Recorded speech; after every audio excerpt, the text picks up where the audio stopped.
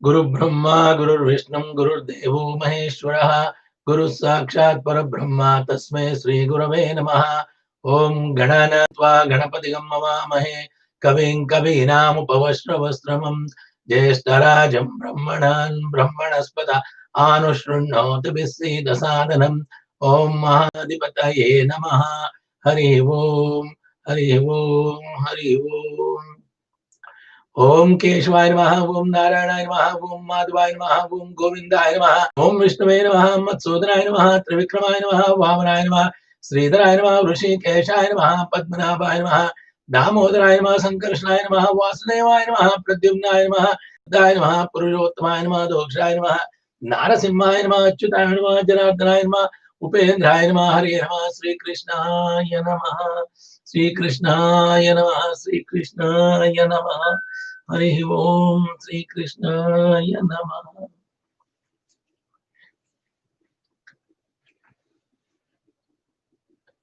Lord Krishna explains the Vedic path for the devotees, and this is addressed to Lord Uddhava. There are persons who are unfit for all the three forms of yoga, karma, jnana, and bhakti. They are inimical to Lord Krishna, attached to sense gratification, and are dominated by fruitive activities aimed at fulfillment of material desires. This chapter describes their faults in terms of place, time, and substance, and beneficiary actions. For those who are perfect in knowledge and devotion to the Lord, there are no materially good qualities or faults.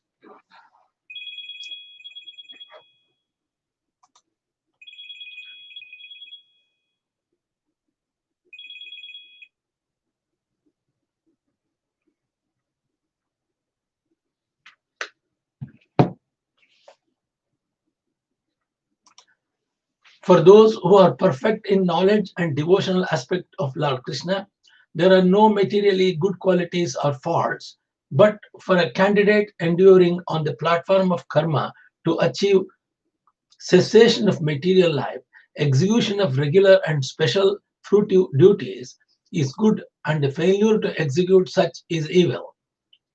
That which counteracts sinful reaction is also good for him.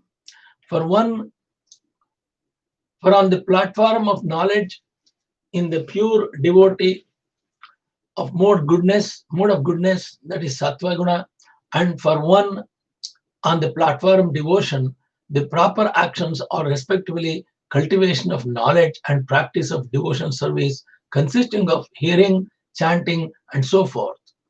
For both, everything detrimental to their proper actions is bad. Any detrimental to their proper actions is bad. But for persons who are not candidates for transcendental advancement, or who are not perfected souls, namely those who are completely inimical to spiritual life and are devoted exclusively to fruitive work for fulfillment of lusty desires, there are numerous considerations of purity and impurity and auspiciousness and inauspiciousness. These are to be made in terms of one's body, the place of activity, the time, the objects utilized, the performer, the mantras chanted, and a particular activity. In actuality, virtue and fault are not absolute, but are relative to one's particular platform of advancement. Remaining fixed in the type of discrimination suitable to one's level of advancement is good, and anything else is bad. This is the basic understanding of virtue and fault. Even among objects belonging to the same category, there are different considerations of their purity or impurity in relation to performance of religious duties, worldly transactions, and the maintenance of one's life. These distinctions are described in various scriptures. The doctrine of Varnashrama codifies precepts of bodily purity and impurity. With respect to place, purity and impurity are distinguished by such facts as the presence of block deer. The doctrine of Varnashrama codifies percepts of bodily purity and impurity.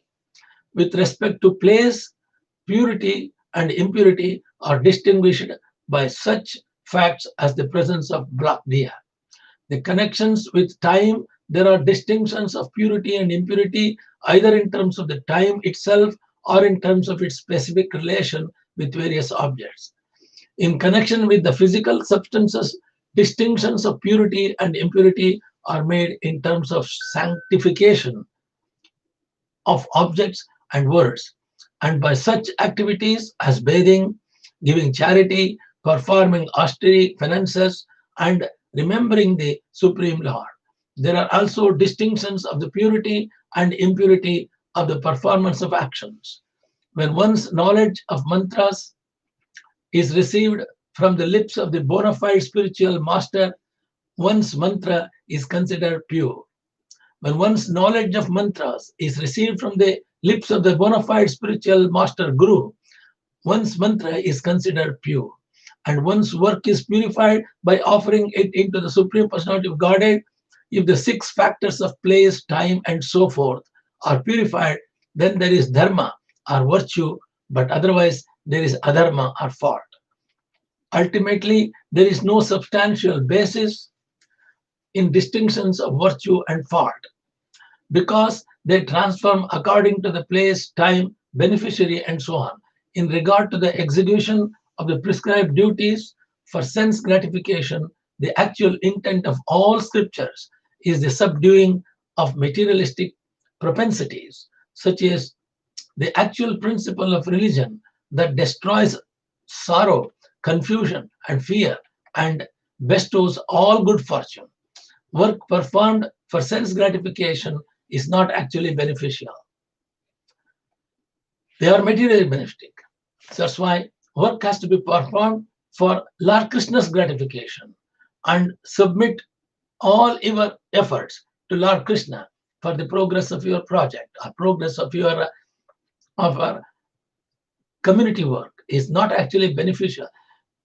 If performed sense gratification, that means if you are benefiting personally, and that's not good, it is not beneficial. The descriptions of such fruitive and benefits offered in various Palashrutis are actually meant to help one gradually cultivate a taste for the highest benefit.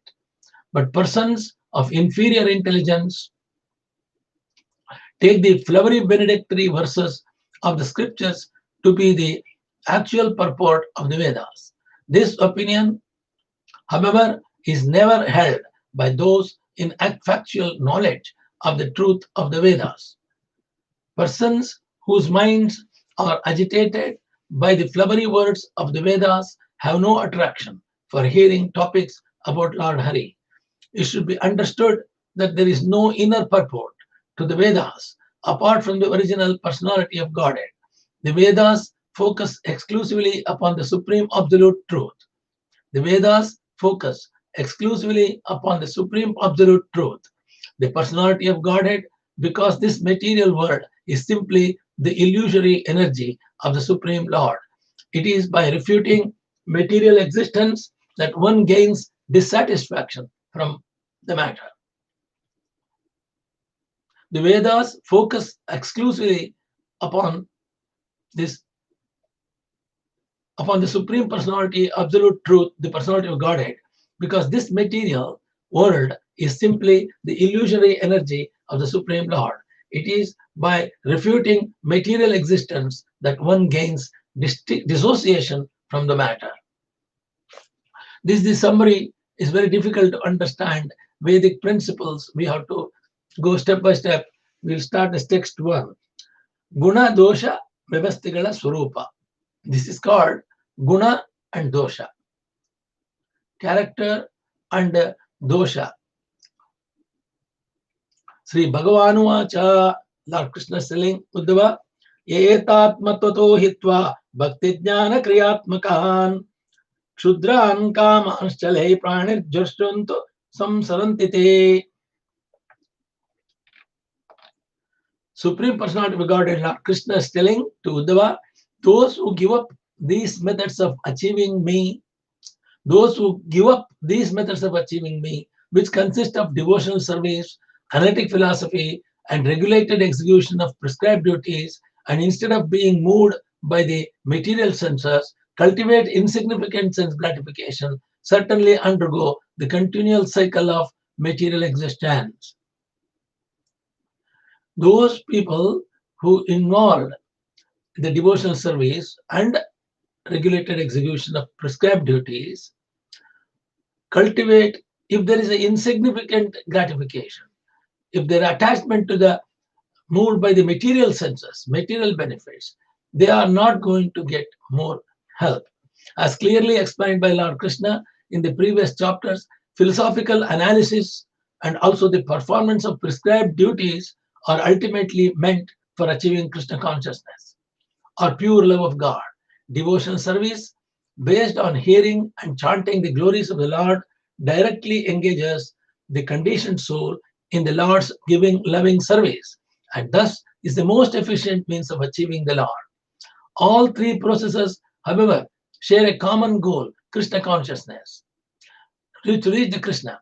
Now the Lord describes those who, being completely absorbed in material sense gratification, do not adopt any authorized means to achieve the Lord's mercy. Currently, hundreds of millions of unfortunate human beings fit squarely into this category, and as described here, perpetually suffer the bondage of material existence. Here, Lord Krishna is going to explain to Uddhava. Devotional service based on hearing and chanting the glories of the Lord Krishna directly engages in conditioned soul in the Lord's loving service, and thus is the most efficient means of achieving the Lord Krishna. All three processes, however, share a common goal to reach Krishna. Now the Lord describes those who, being completely absorbed in material sense gratification, that means they are still attached to materialistic ideas and materialistic life, do not adopt any unauthorized means to achieve the Lord's mercy. People who are attached to material benefit only, those who, being completely absorbed in material sense gratification, do not adopt any authorized means to achieve the Lord's mercy. Currently, hundreds of millions of unfortunate human beings fit squarely into this category, and as described here, perpetually suffer the bondage of material existence. That means they are going through birth and death in their life, in this materialistic life. So we are going to the second shloka. Sve svedikareya nishta sa guna parikirtitaha visharyas viparyastu doshaha swadubhayo resha nishchayaha. Steadiness in one's own position declared to be actual piety, whereas deviation from one's position is considered impiety. In this way, the two are definitely ascertained. Steadiness in one's own position is declared to be actual piety, whereas deviation from one's position is considered impiety. In this way, the two are definitely ascertained. In the previous verse, Lord Krishna explained that the path of spiritual progress begins with working without fruitive desires, advances to the stage of realized spiritual knowledge, and culminates in direct engagement in the devotional service of the Lord. Here, the Lord emphasizes that a conditioned soul should not artificially disrupt the natural evolution of his Krishna consciousness by deviating from those duties prescribed by the Lord himself. In the previous verse, Lord Krishna explained that the path of spiritual progress begins with working without fruitive desires. We need to have no desires, fruitive desires on the project or on the work what we are doing, advances to the stage of realized spiritual knowledge, and culminates in direct engagement in the devotional service of the Lord. Here the Lord emphasizes that a conditioned soul should not artificially disrupt the natural evolution of his Krishna consciousness by deviating from those duties described by the Lord himself. In the lower stages of human life, One is entangled in the false identification with the gross material body and desires to execute material fruitive activities.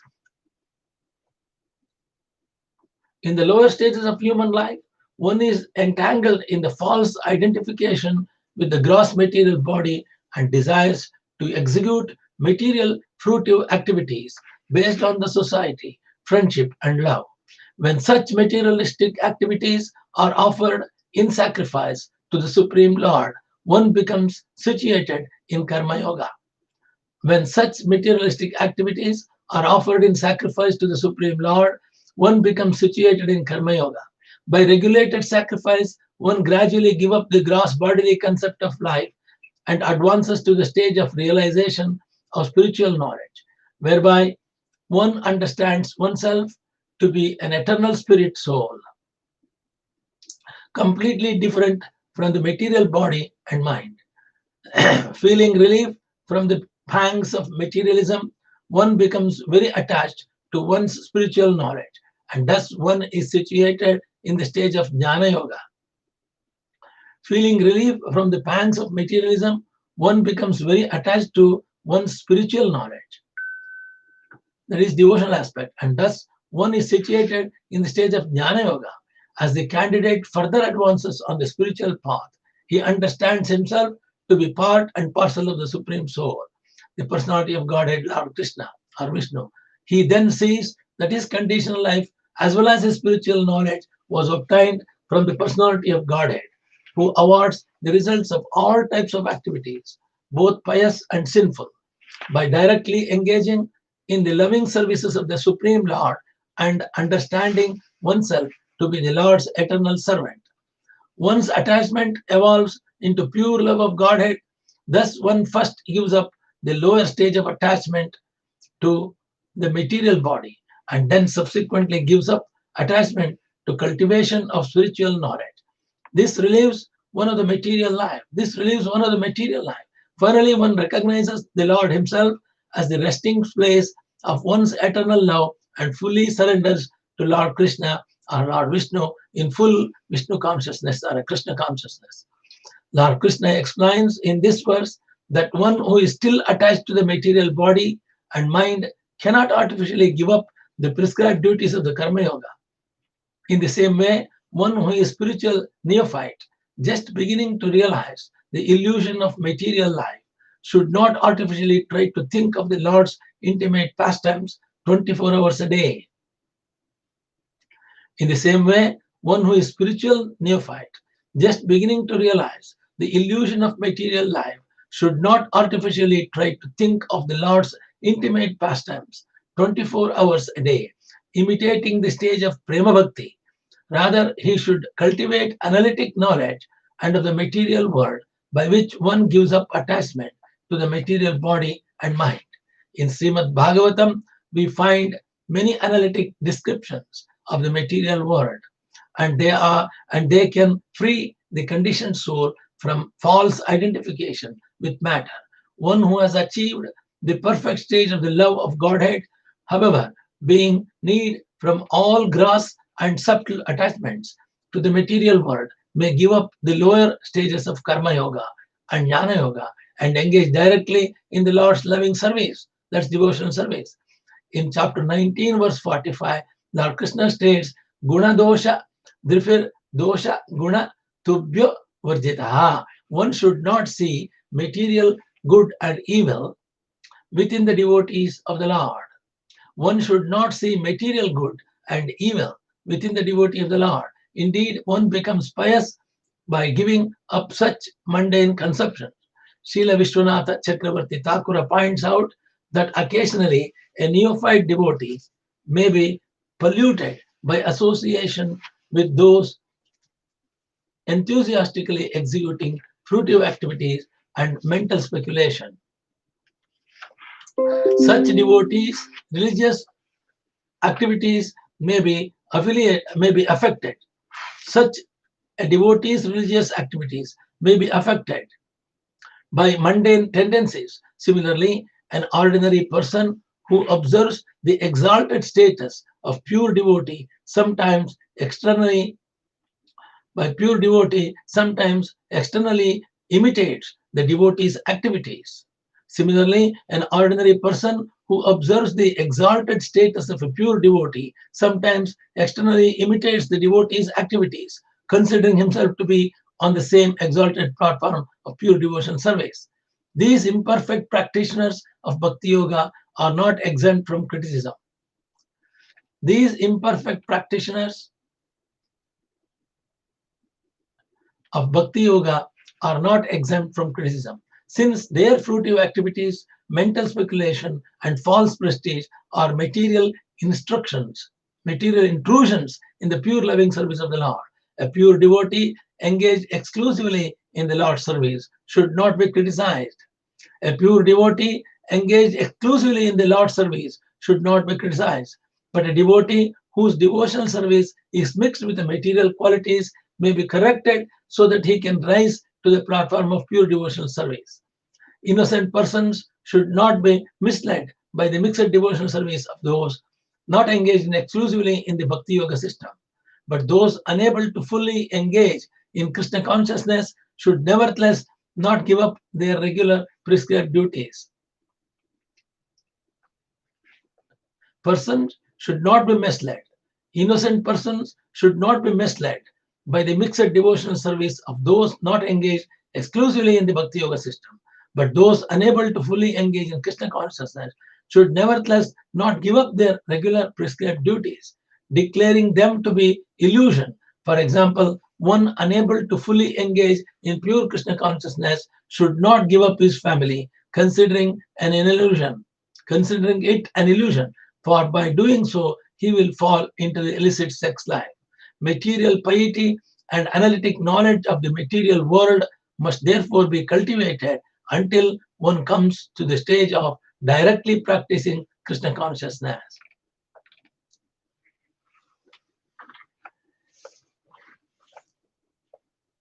Shuddhya shuddhi videyate samaneshtapi juddhishu samaneshtapi vastushu द्रव्यस्य विचिकित्सार्थं गुणदोषो शुभाशुभौ धर्मार्थं व्यवहारार्थं यत्रार्थमिति चानघ दर्शितोऽयं मयाचारो धर्ममुद्गताधुरम्.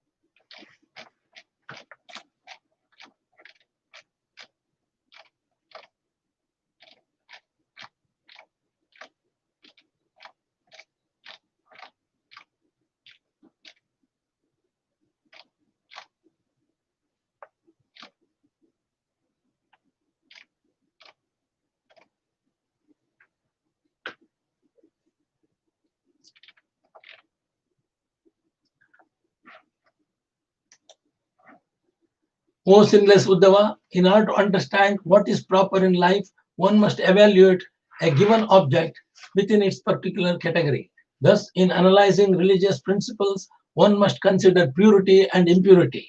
Similarly, in one's ordinary dealings, one must distinguish between good and bad. And to ensure one's physical survival, and one must recognize that which is auspicious and inauspicious. This is very important. All the devotees of Krishna should understand this. In religious activities, ordinary dealings, and personal survival, one cannot avoid value judgments. Morality and religion are perennial necessities in civilized society.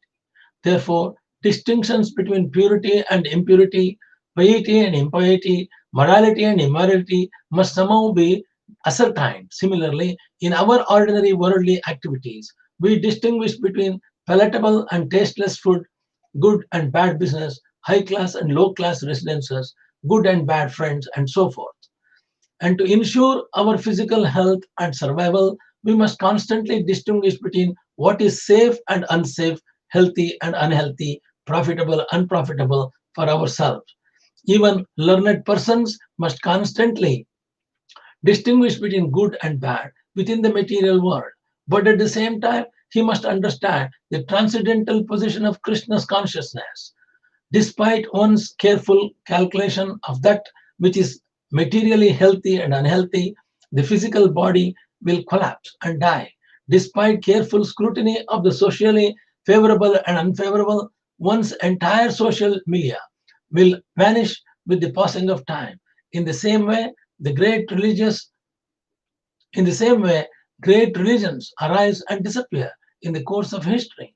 Thus, mere religiosity, social and financial expertise, or physical fitness cannot award the actual perfection of life. There is a transcendental good beyond the relative good of the material world. There is a transcendental good beyond the relative good of the material world. Any sane person accepts the practical and immediate necessity of material discrimination.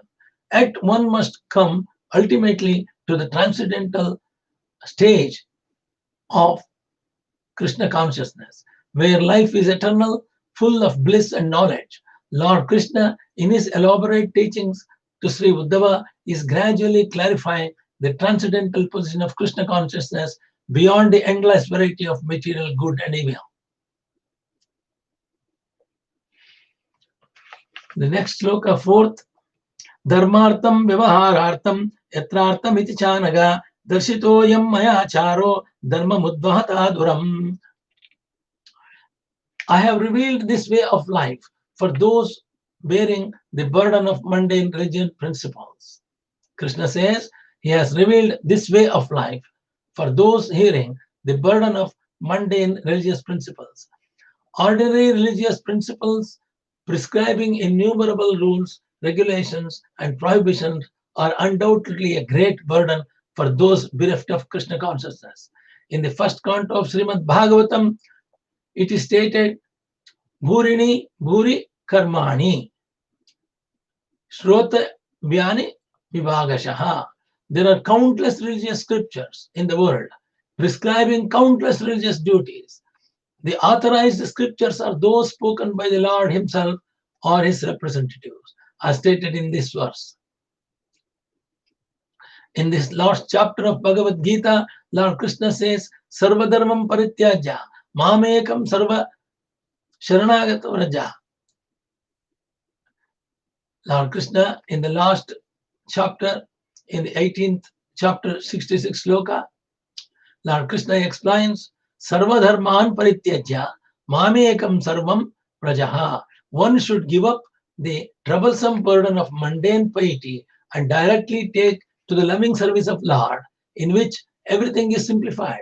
Lord Krishna also states in Bhagavad Gita, in the 9th chapter, 2nd sloka, Susukam kartam avyayam.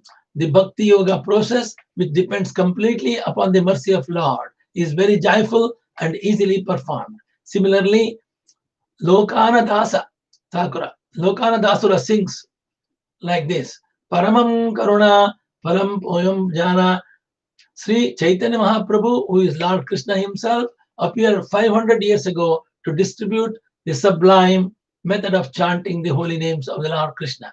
In this way, rather than bearing the burden of artificial austerity, one can directly take to the Lord's service, cleansing one's heart and immediately experiencing transcendental bliss. Those who have taken to Chaitanya Mahaprabhu's movement follow 4 basic principles: no illicit sex, no eating meat, fish, or egg, no intoxication, and no gambling. They rise. Chaitanya Mahaprabhu's movement follow 4 basic principles.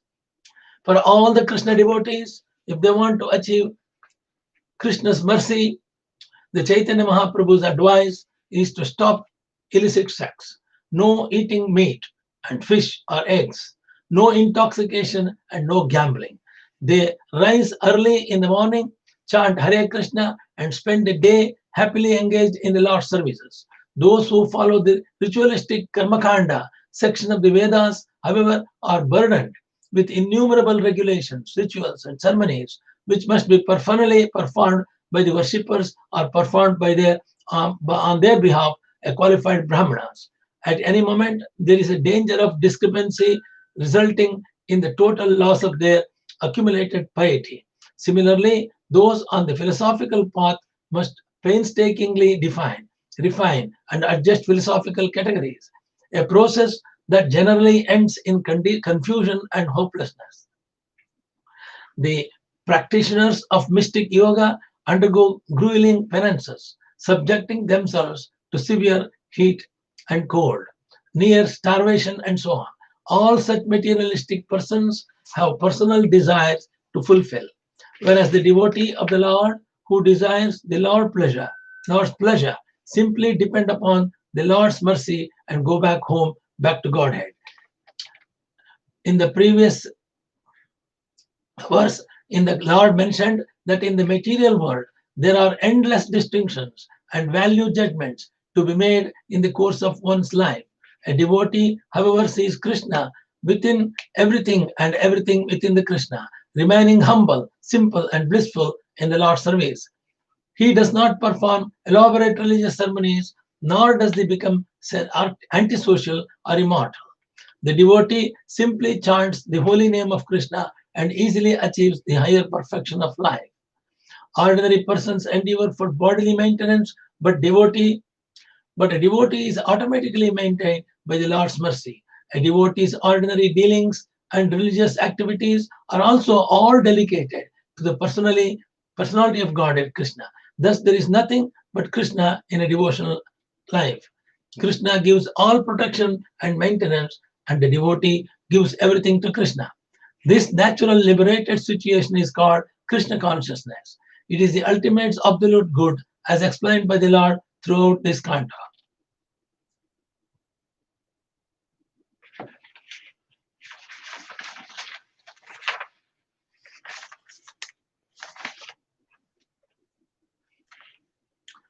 Bhumyam Bhagnalilakasham Bhutanam Panchadatavaha Abrahmastavaradhinam Sharira Atma Samyataha.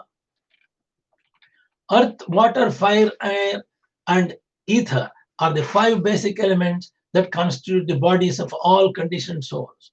From Lord Brahma himself down to the non-moving creatures, these elements all emanate from the personality of Godhead. All material bodies are composed of different proportions of the same 5 gross elements, which emanate from the one personality of Godhead and cover the living entities who are all in the Jiva category. The concepts of good and bad depend on the choice of Supreme Lord and not on inherent qualities, differences in material objects. A Krishna conscious person ultimately sees all material phenomena as one. The devotee, good behavior, intelligent discrimination, and artistic sense within the material world are all based on the will of God. The material elements, being emanations from the Supreme Lord, are ultimately all not different. However, advocates of mundane piety fear that if the material duality of good and bad is minimized, people will become immoral or anarchistic. Certainly, the impersonal and atheistic philosophy preached by modern scientists, in which material variety is reduced and mere mathematical descriptions of molecular and atomic particles, leads to immoral society. Although both material science and Vedic knowledge uncover the illusion of material variety and reveal the ultimate oneness of all material energy, only the devotees of Lord Krishna are surrendered to the Supreme Personality, absolute piety of God's will. Thus, they always act for the benefit of all other living entities.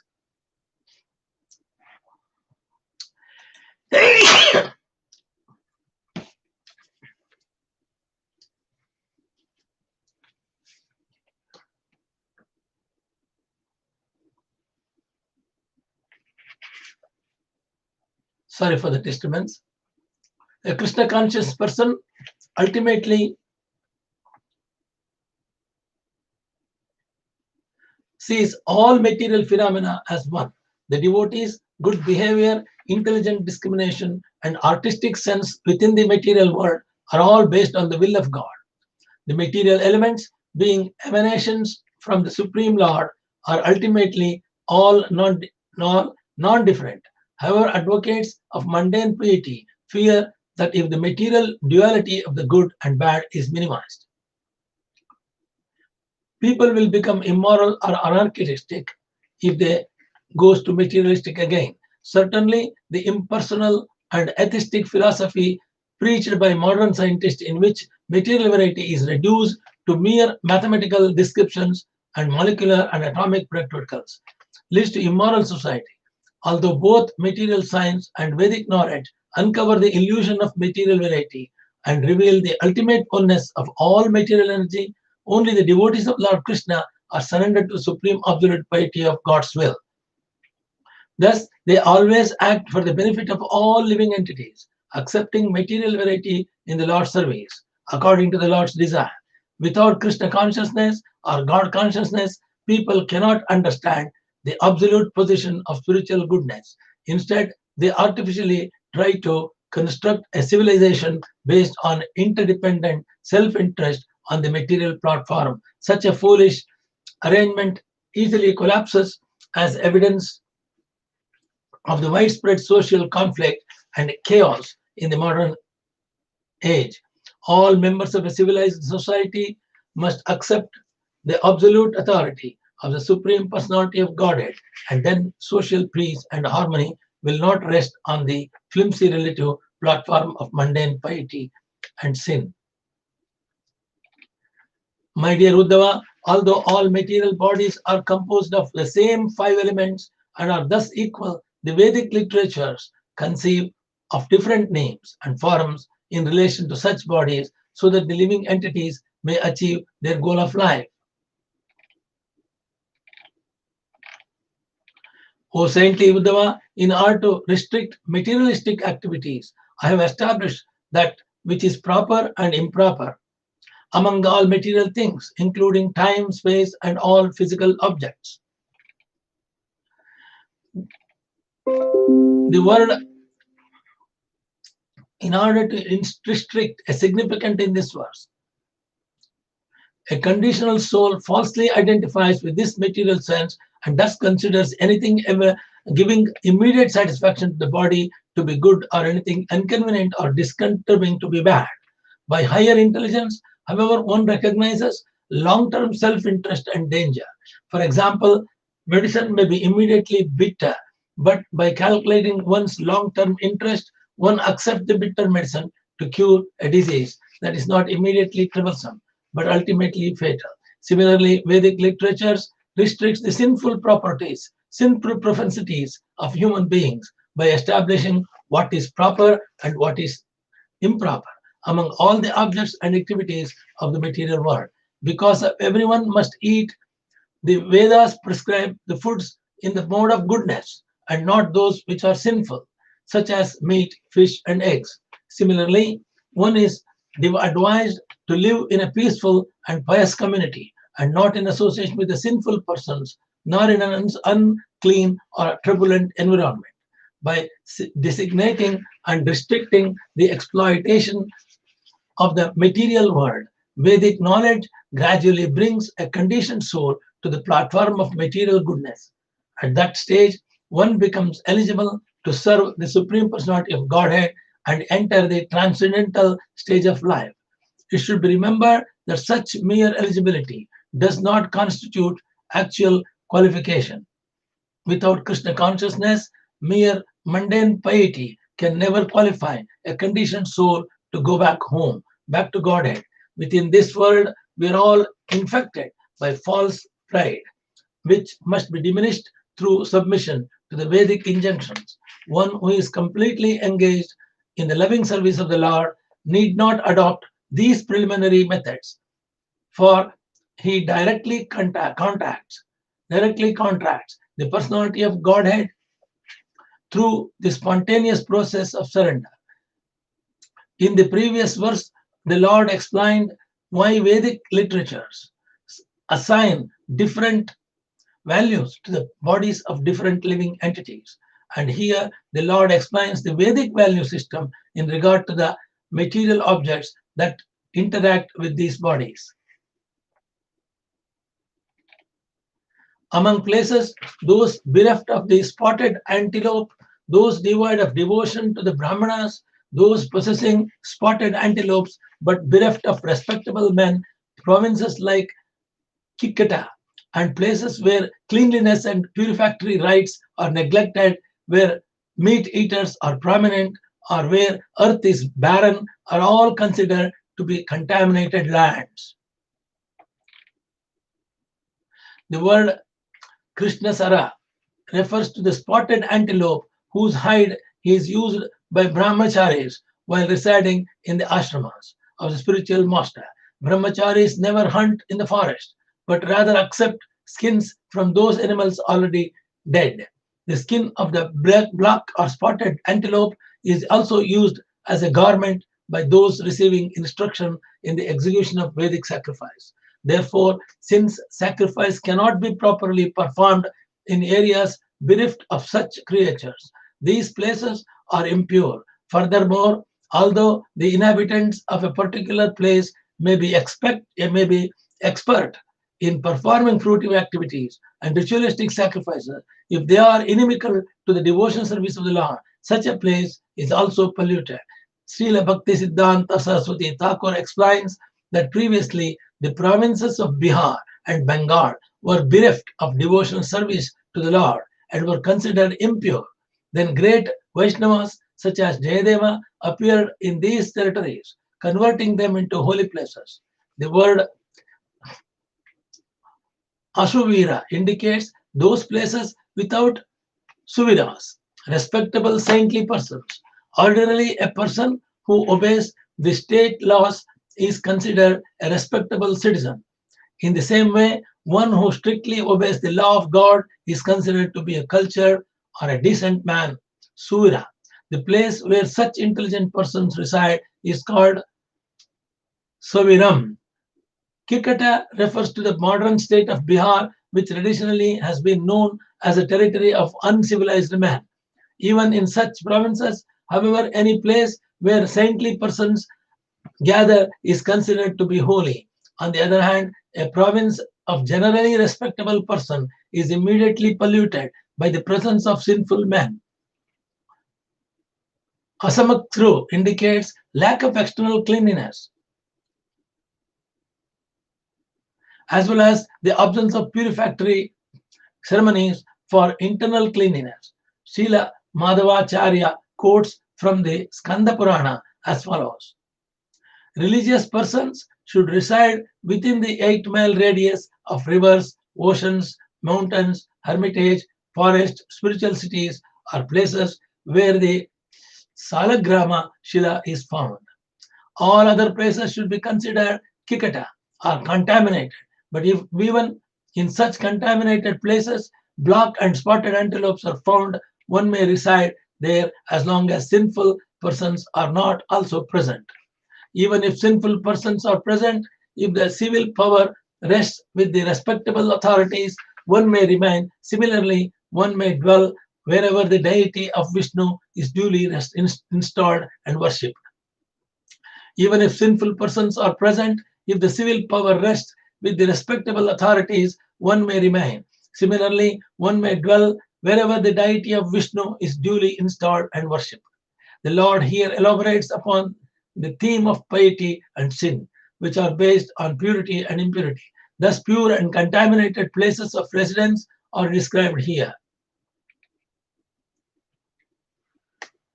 Karmanyo gunabhanyalo draveta sutta eva va yato nirvatate nivartate karma sadosho karma kristatu.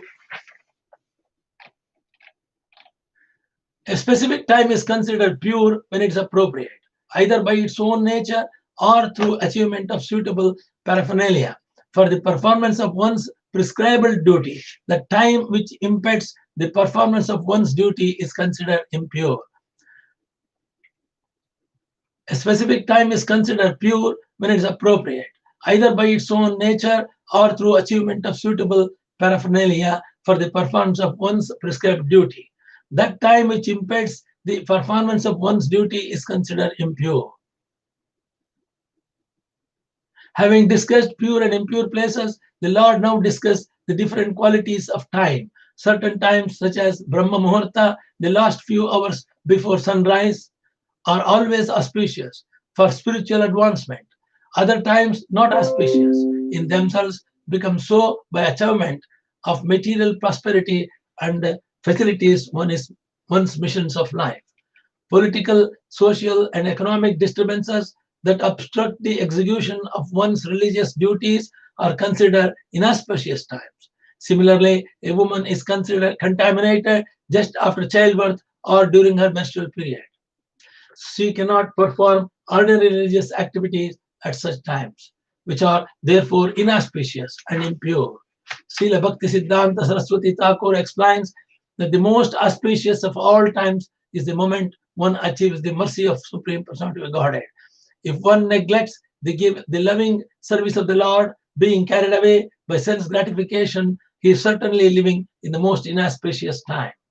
Therefore, if one neglects the loving service of the Lord, being carried away by sense gratification, he is certainly living in the most inauspicious times. Therefore, that moment in which one achieves the association of the Lord, Supreme Lord Krishna, or the Lord Vishnu, pure devotee, is the most auspicious time, whereas the moment of losing such association is most inauspicious. In other words, the perfection of life is simply Krishna consciousness, by which one transcends the dualities of time and space caused by the three modes of material nature. The three modes is Sattva Guna, Rajasa Guna, and Tamasika Guna.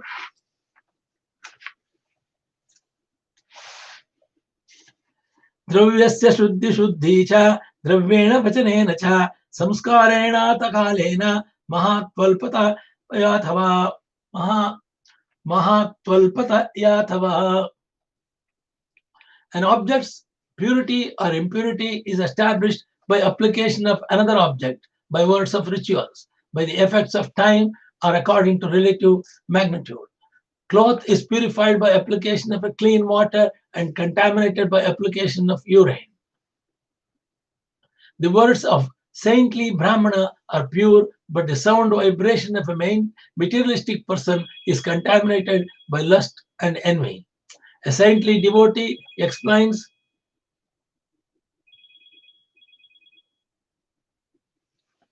an object of purity or impurity is established by application of another object, by words, by rituals, by the effects of time, or according to the relative magnitude. Cloth is purified by application of clean water and soap, contaminated by application of urine. The words of saintly Brahmana are pure, but the sound vibration of materialistic persons, contaminated by lust and envy, they are not pure. A saintly devotee explains the actual purity to others, whereas a non-devotee makes a false propaganda that leads innocent people to commit polluted sinful activities.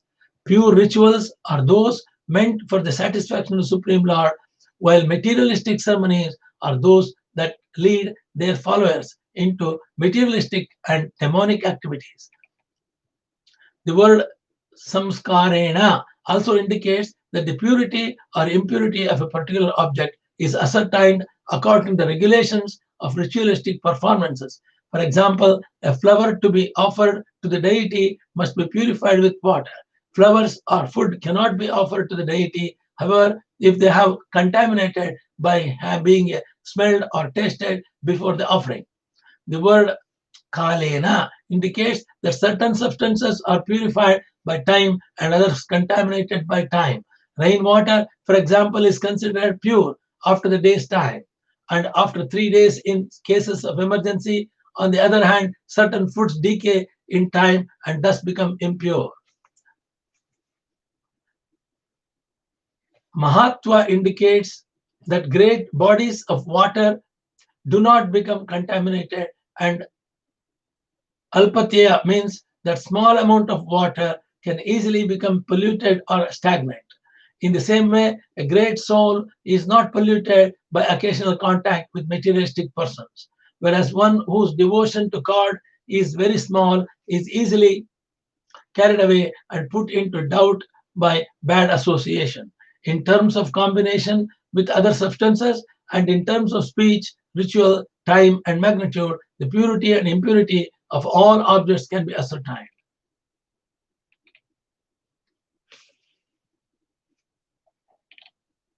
Impure things may or may not impose sinful reactions upon a person, depending on the person's strength and weakness, intelligence, wealth, location, and physical condition. Various objects such as grains, wooden utensils, things made of bone, thread, liquids, objects derived from fire, skins, and earthly objects are all purified by time, by the wind, by the fire, by the earth and water, either separately or in combination. Word kala or time is mentioned here since all purificatory process take place within the time. A particular purifying agent is considered appropriate when its application removes the bad odor or a dirty covering of some contaminated object and makes it resume its original nature. Furniture, kitchen, utensils, clothing, and other objects are purified by application of abrasion, alkali, acid, water, and so on. One hereby removes the bad fragrance or impure coating of such objects, restoring them to their original clean appearance. The self can be cleansed by bathing, charity, austerity, age, personal strength, and purificatory rituals, prescribed duties, and above all, by remembrance of me. The Brahmana and other twice-born Dvijas, Brahmana, Vaishya, Kshatriya, men should be duly purified before performing their specific activities. The word avastha indicates that when boys and girls are young, they are kept pure by youthful innocence, and thus they grow up, they are kept pure through proper education and engagement. By one's individual potency, one should avoid sinful activities and the association of those inclined towards sense gratification. The word karma here refers to the prescribed duties such as worshipping and spiritual master and the deity, chanting and Gayatri mantra 3 times daily, accepting spiritual initiation. The prescribed duties of the varnashrama system automatically purify one from the covering of false ego by dovetailing one's bodily designation in appropriate religious activities. There are specific duties for the Brahmanas, Kshatriyas, and Vaishyas, and Shudras, and Brahmacharis, Grihasthas, Vanaprasthas, and Sannyasis, as described previously in this canto by the Lord himself. The most significant word here is mat smritya, by remembrance of Lord Krishna. Ultimately, one cannot avoid the infection of illusion through the animus process except Krishna consciousness. The 3 modes of nature perpetually interact, and one must sometimes fall into the mode of ignorance and sometimes rise to the mode of goodness, uselessly rotating within the kingdom of illusion. But by the Krishna consciousness, remembrance of the personality of Godhead as Lord Krishna, one can actually uproot one's tendency to act against the will of the absolute truth. Then one becomes freed from the clutches of the Maya and goes back to the home, back to Godhead, as stated in the Garuda Purana.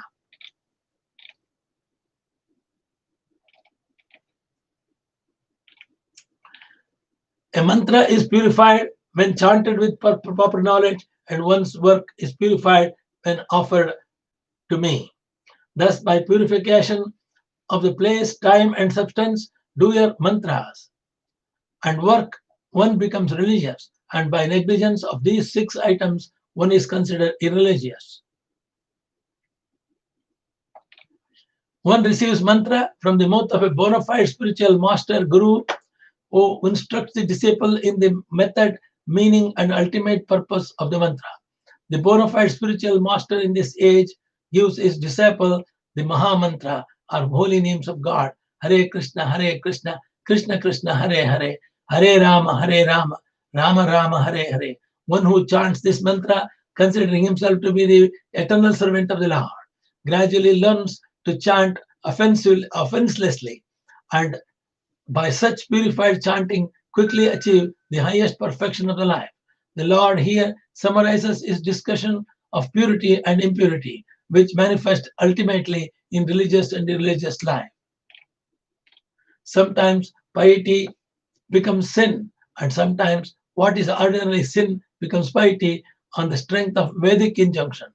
Such special rules, in effect, eradicate the clear distinction between the piety and the sin. Lord clearly explains here that material piety and sin are always relative considerations.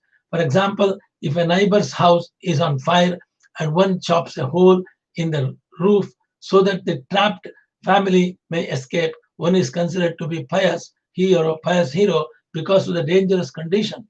In the normal condition, however, if one chops a hole in this neighbor's roof or breaks the neighbor's windows, he is considered a criminal.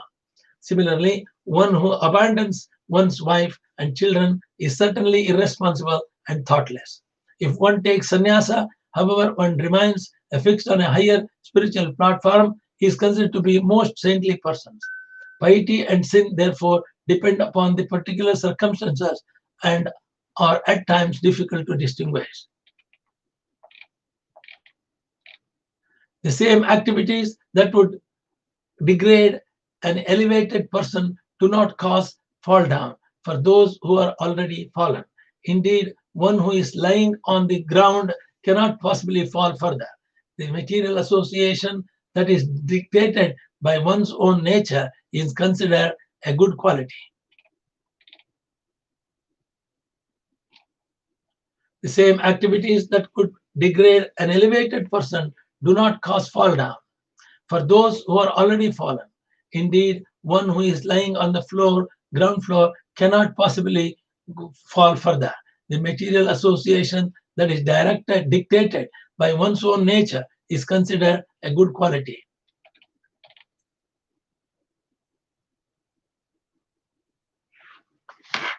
Yato yato nivartete vimucchete tadastataha yesha dharmo nridam kshemaha shoka moho bhayapaha shoka moho bhayapaha.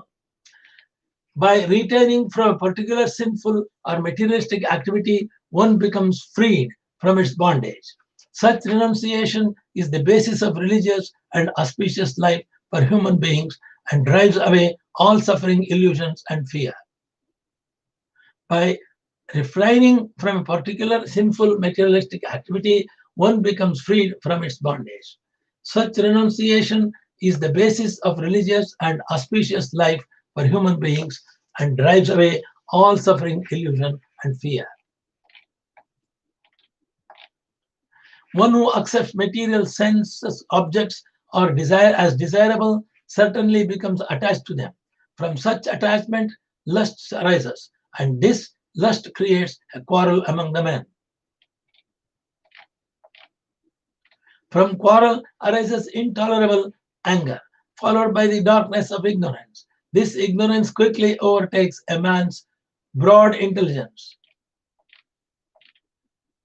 O saintly Uddhava, a person bereft of real intelligence is considered to have lost everything. deviated from the actual purpose of his life, he becomes dull, just like a dead person. Krishna consciousness is so vital and essential that one who has deviated from this progressive path of self-realization is considered to be virtually unconscious or like a dead person. Because of absorption in sense gratification, one cannot recognize himself or others. Living uselessly in ignorance like a tree, one is merely breathing just like a bellows. Those statements of scripture promising fruitive rewards do not prescribe the ultimate good for men, but are merely enticements for executing beneficial religious duties, like promises of candy spoken to induce child to take beneficial medicine. Simply by material birth, human beings become attached to within their minds to personal sense gratification, long duration of life, sense activities, bodily strength, sexual potency, and friends and family. Their minds are thus absorbed in that which defeats their actual self-interest. Those ignorant of their real self-interest are wandering on the path of material existence, gradually heading toward darkness. Why would Vedas further encourage them in the sense gratification if they, although foolish, submissively pay heed to Vedic injunctions? Materialistic persons are not prepared to renounce society, friendship, and love, which are all based on 6 indulgence, to instead take it to a life of renunciation and self-realization. In order to bring such foolish persons under the canopy of Vedic injunctions, the Vedas promise innumerable material rewards, even promotion to heavenly planets to those who faithfully execute the Vedic injunctions. As explained by the Lord, such rewards are like the candy offered to a child who then faithfully takes his medicine. Material enjoyment is certainly the cause of suffering, since all enjoyable objects are subject to destruction along with the so-called enjoyer.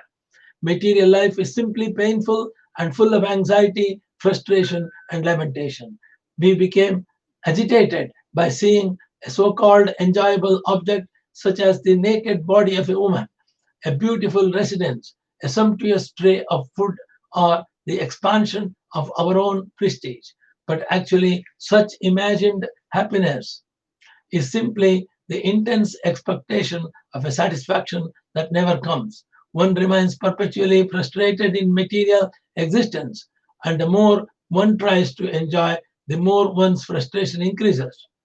Therefore, the Vedic knowledge, which aims at ultimate peace and happiness on the spiritual platform, cannot possibly authorize the materialistic way of life. Materialistic rewards are employed by the Vedas merely as an inducement for the conditioned soul to take the medicine, submission to the Supreme Lord Vishnu through various types of sacrifice. Those who are Vedavada Ratha,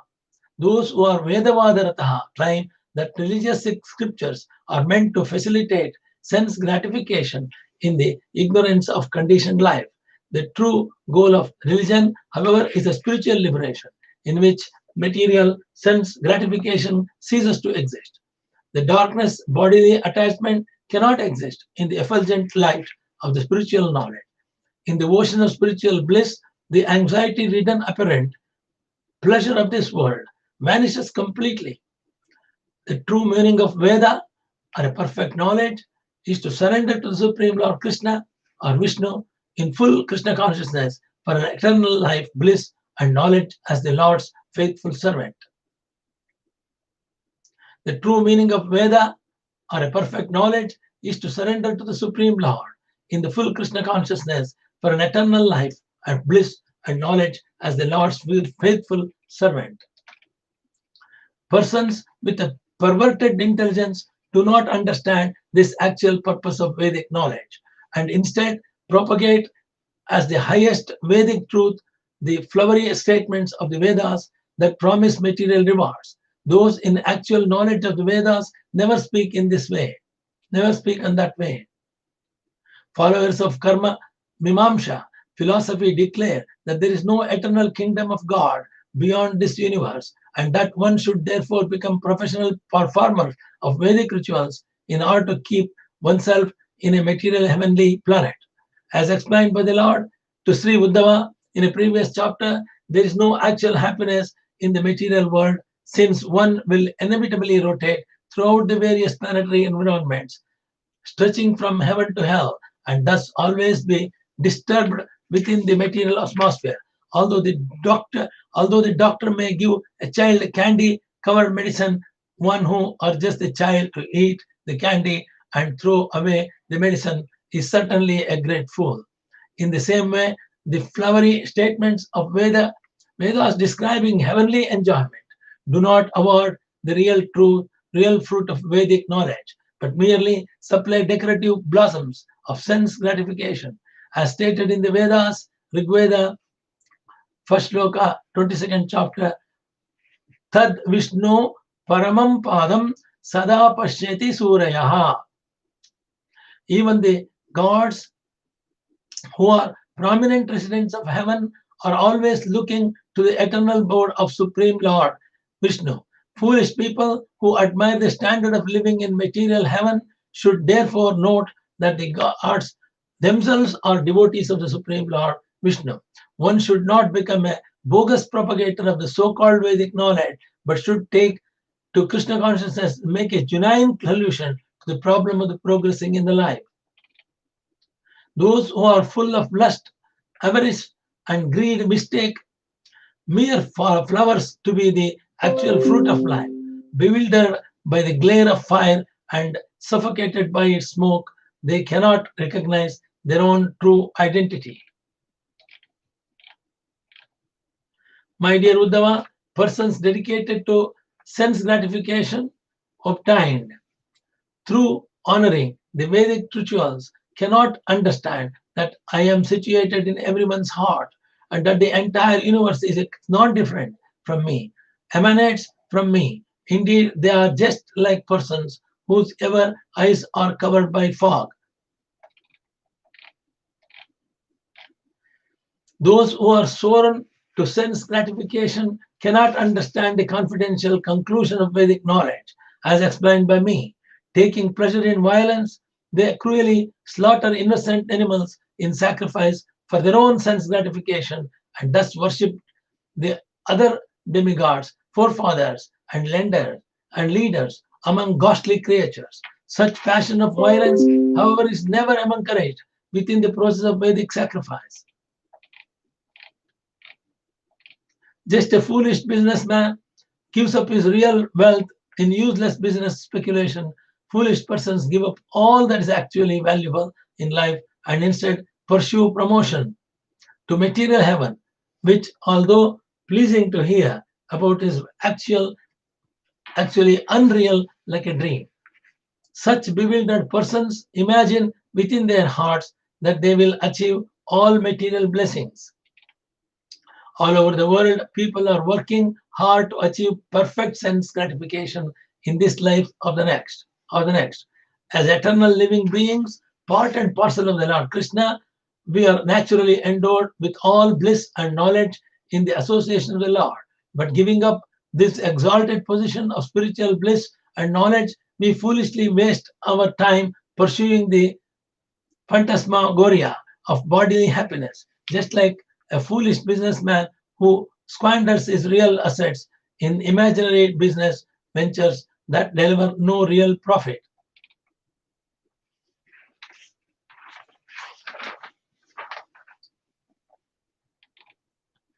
Those who established in material passion, goodness, and ignorance. Material passion is Raja Yoga, goodness is Sattva Guna, ignorance is Tamas Guna. Those established in material passion, goodness, and ignorance worship the particular demigods and other deities headed by Indra, who manifest the same mode of passion and goodness and ignorance. They fail, however, to properly worship Lord Vishnu. Although the other gods are part and parcel of the Supreme Personality of Godhead,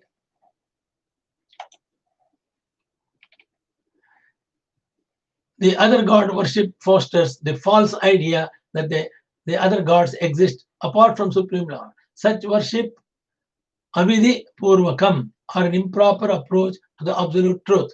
Srila Madhvacharya quotes from the Harivamsha that among those primarily in the mode of ignorance, there are sometimes manifestations of passion and goodness.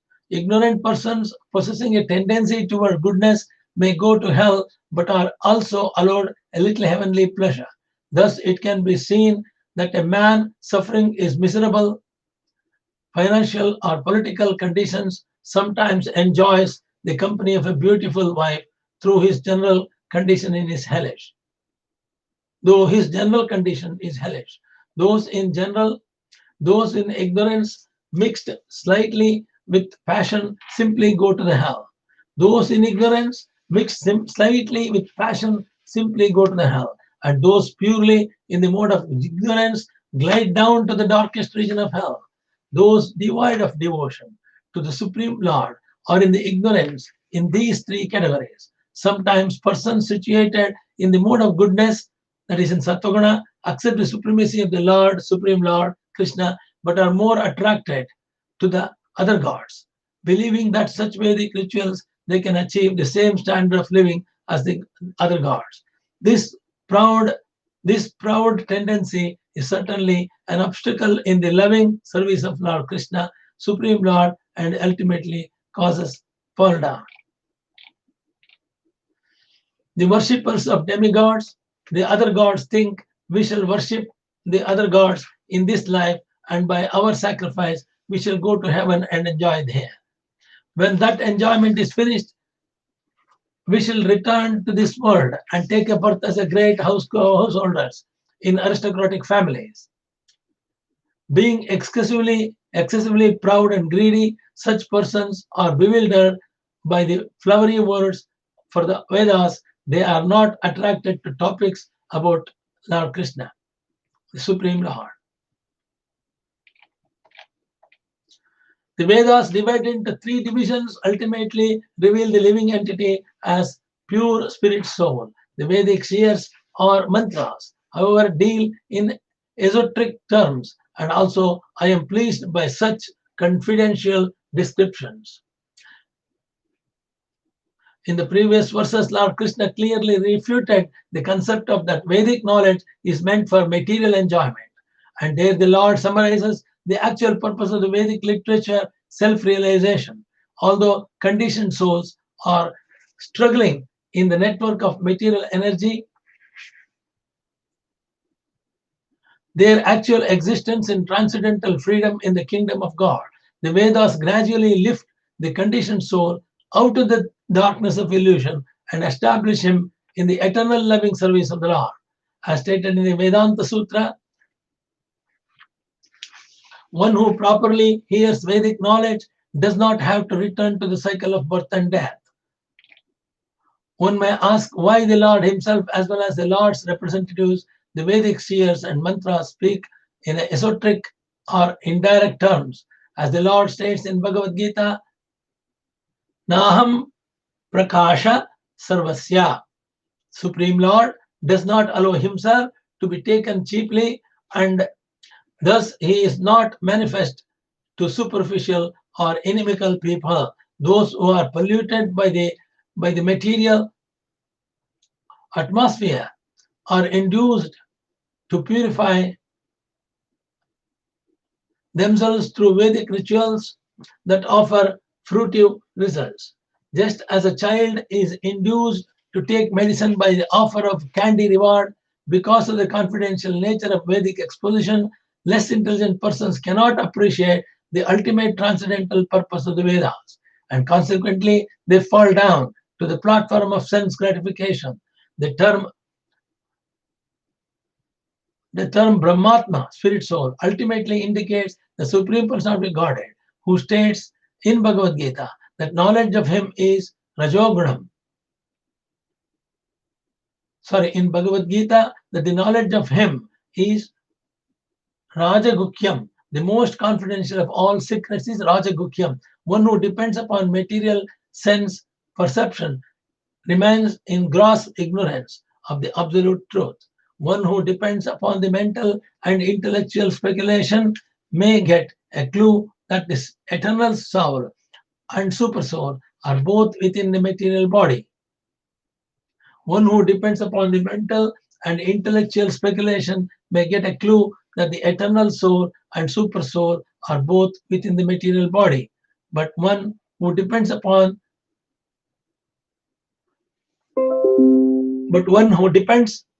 the Lord himself, faithfully hearing the Lord's own message in Bhagavad Gita, perfectly understands the entire situation and goes back to home, back to Godhead, having fulfilled the true purpose of Vedic knowledge. Shabda Brahma Sudabodham Pranendriya Monomayam Anantaparam Gambhiram Durvigakyam Samudravat. The transcendental sound of Vedas is very difficult to comprehend and manifest on different levels with the prana, sense of mind. This Vedic sound is unlimited, very deep and unfathomable, just like the ocean. As the unlimited, unchanging, and omnipotent personality of Godhead dwelling within living beings, I personally established the Vedic sound vibration in the form of Omkara. Om within all living entities. It is thus perceived subtly, just like a single strand of fiber on the lotus stalk. The Supreme Personality of Godhead personally residing within the heart of every living entity. And from this verse, we can understand that the seed of all Vedic knowledge is also situated within all the living beings. In this way, the process of awakening the Vedic knowledge and thereby awakening one's eternal relationship with the God is natural and necessary for everyone. All perfection is found within the heart of the living being. As soon as the heart is purified by chanting the holy names of Lord Krishna, that perfection Krishna consciousness immediately awakens. Just as spider brings forth from its heart its web and emits it through its mouth, the Supreme Personality of Godhead manifests himself as the reverberating primeval vital air, comprising all sacred Vedic mantras and meters and full of transcendental pleasures. Thus the Lord from the ethereal sky of his heart creates the great and limitless Vedic sound by the agents of his mind, which conceives of variegated sounds such as the sparshas. The Vedic sound branches out in the thousands of directions, adorned with the different letters expanded from the syllable Om, the consciousness, the consonants, vowels, sibilants, and semi-vowels. The Veda is then elaborated by many verbal varieties expressed in different meters, each having 4 more syllables than the previous one. Ultimately, the Lord again withdraws his manifestations of Vedic sound within himself.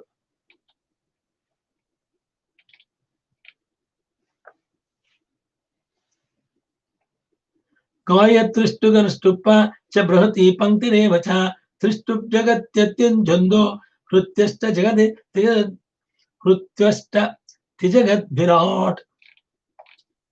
The Vedic meters are Gayatri, Ushnika, Anustupa, Brahati, Pankti, Tristup, Jagati, Atichanda, Atyesti, Atijagati, Ativiraj.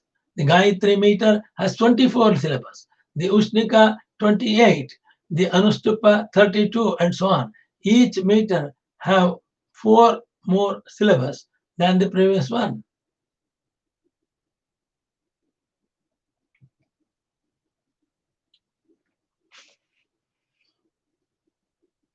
Vedic sound is called Brahati, most expansive, and thus it is not possible for ordinary living entities to understand all the technical details in this matter. In the entire world, no one but me actually understand the confidential purpose of Vedic knowledge.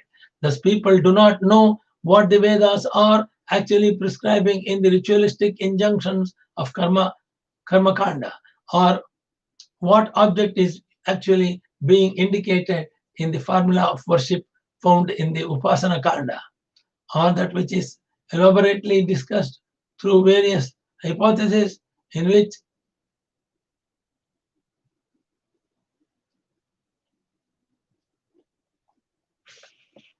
in the entire world, Lord Krishna says, in the entire world, no one but me actually understands the confidential purpose of Vedic knowledge.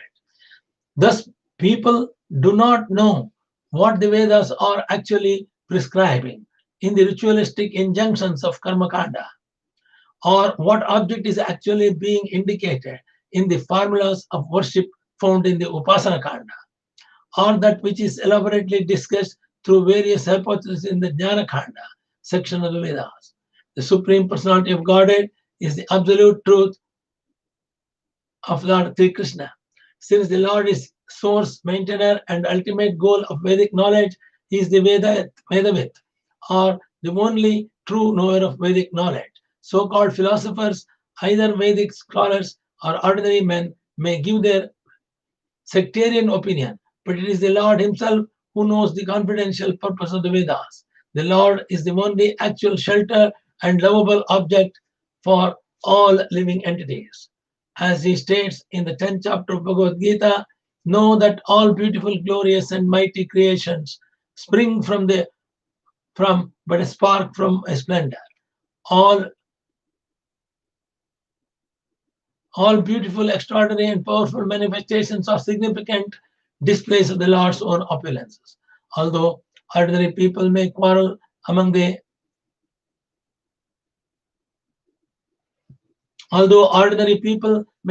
over the purpose of the religion, the actual purpose is one, Krishna consciousness, or pure love of Godhead. All Vedic formulas are understood to be preliminary stages leading to the perfect stage of Krishna consciousness, in which one fully surrenders to the devotional service of the Lord. The pure devotees of the Lord represents him within this world and never speak anything which is not authorized by the Lord, because they are repeating the Lord's own words. They are also to be considered the true knowers of the Vedas. I am the ritualistic sacrifice enjoined by the Vedas, and I am the worshipable deity. It is I who am presented as various philosophical hypotheses, and it is I alone who am then refuted by philosophical analysis. The transcendental sound vibration thus establishes me as the essential meaning. All Vedic knowledge, the Vedas elaborately analyzed all the material duality as nothing but my illusory potency. Ultimately, completely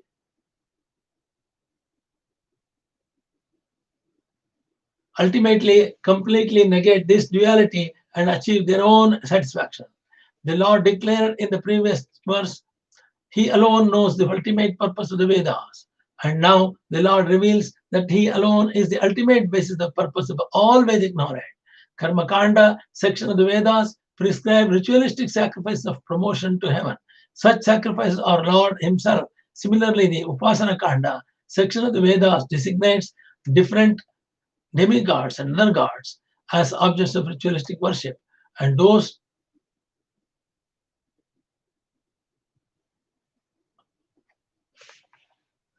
such sacrifices are the Lord himself. Similarly, the upäsanä-käëòa section of the Vedas designates different other gods as objects of ritualistic worship, and these deities in the jïäna-käëòa.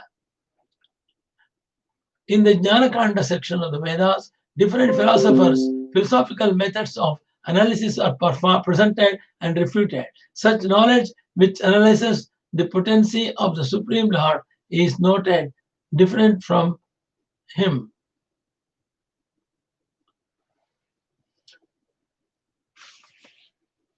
In the jïäna-käëòa section of the Vedas, different philosophical methods of analysis are presented and refuted. Such knowledge which analyzes the potency of the Supreme Lord is not different from him. Ultimately, the Lord Krishna is everything. because everything is a part and parcel of the Lord Krishna and his multipotencies. Although Vedic literature entices those absorbed in material duality to begin the Vedic way of life by differing them materially, desiralistic rewards. The Vedas eventually refute all material duality by bringing one to the stage of God consciousness, wherein there is nothing different from the Supreme Lord. Within the Vedic literature, there are various injunctions stating that at a particular stage of life, one should give up fruitivana rituals and take to the path of knowledge. Similarly, other injunctions declare that a self-realized soul should give up the path of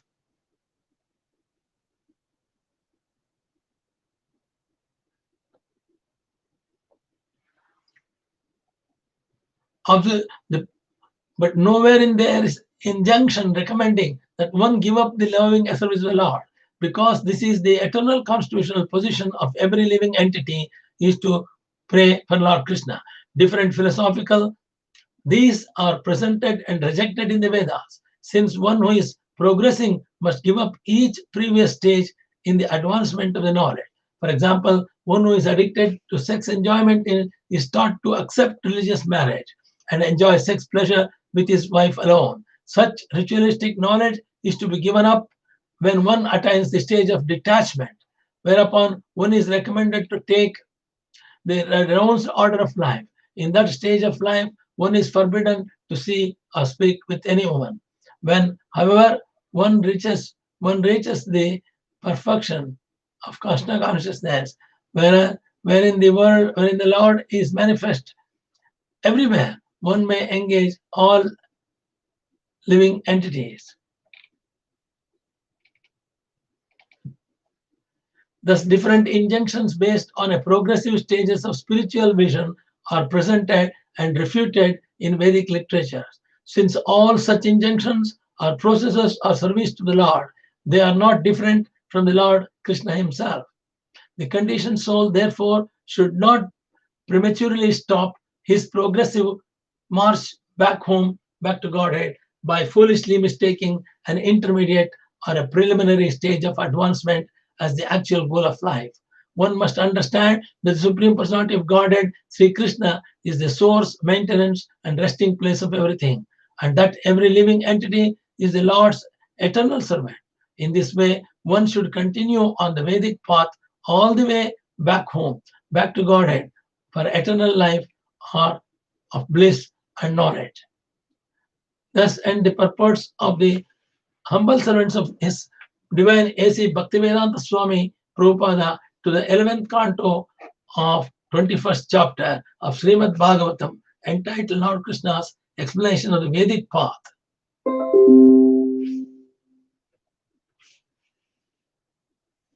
21st chapter is completed. Iti Srimad Bhagavate Mahapurane Paramahamsam Samhitayam Ekadash-skandhe Ekavamshodhyayah.